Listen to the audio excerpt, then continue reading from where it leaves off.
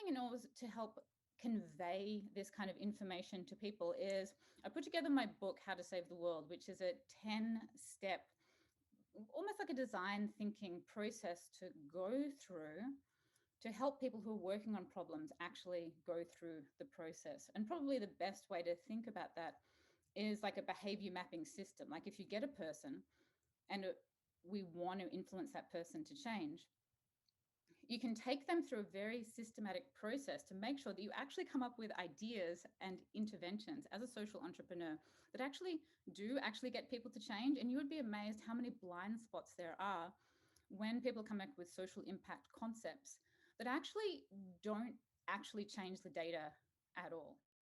So one thing, if you were to think of it as a project that I do, is putting together this book and this podcast and all of the different resources that are on my website to take social entrepreneurs and sustainability managers to this process, which is, what is your God metric? What is the single number that you're actually going to ultimately change? And that might sound really obvious, but I've worked with the United Nations, with NASA, Google, different environmental organizations, loads of, smaller startup social impact entrepreneurs.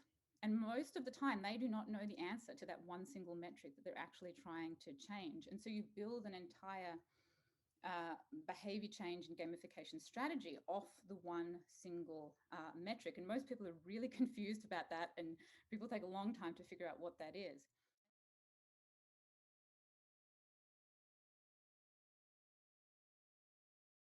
And then figuring out who is your actual target person that you want to get out to.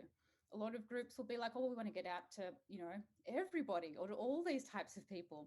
And if you're trying to get out to all these types of numbers, to all these types of people, with all these types of actions, you're not going to be able to actually design a product or an intervention that's actually going to work, because you're just bamboozling people with millions of Christmas trees of concepts.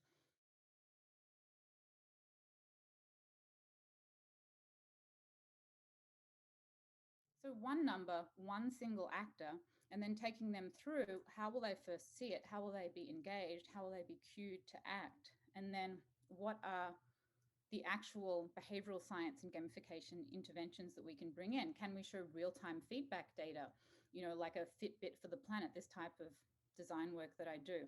Can we compare a household against a household, a company against a company, a university campus against a university campus? How can we use, this kind of like social comparison? Can we tell people how you're doing better or worse than average? Very powerful psychological mechanism. Reward systems, both positive and negative, like, hey, you did a good job, or actually you didn't do such a great job, you're doing worse than average.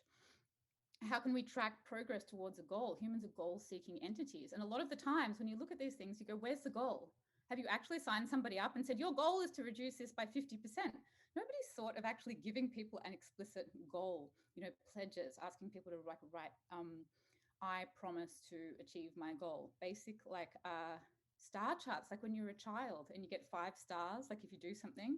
We can make adult versions of that. 30-day plastic-free challenge, 5-day ride your bike to work. Or it can be systems influence, like 5 stars when you sign up 5 people in your neighborhood to write a letter to a politician, right? Like it's basically progress mapping and pledges and putting all this stuff together. So there's about 50 of these all up, right? And so you can take people through that, and then you can actually figure out, well, what's the measurable change that you want to make.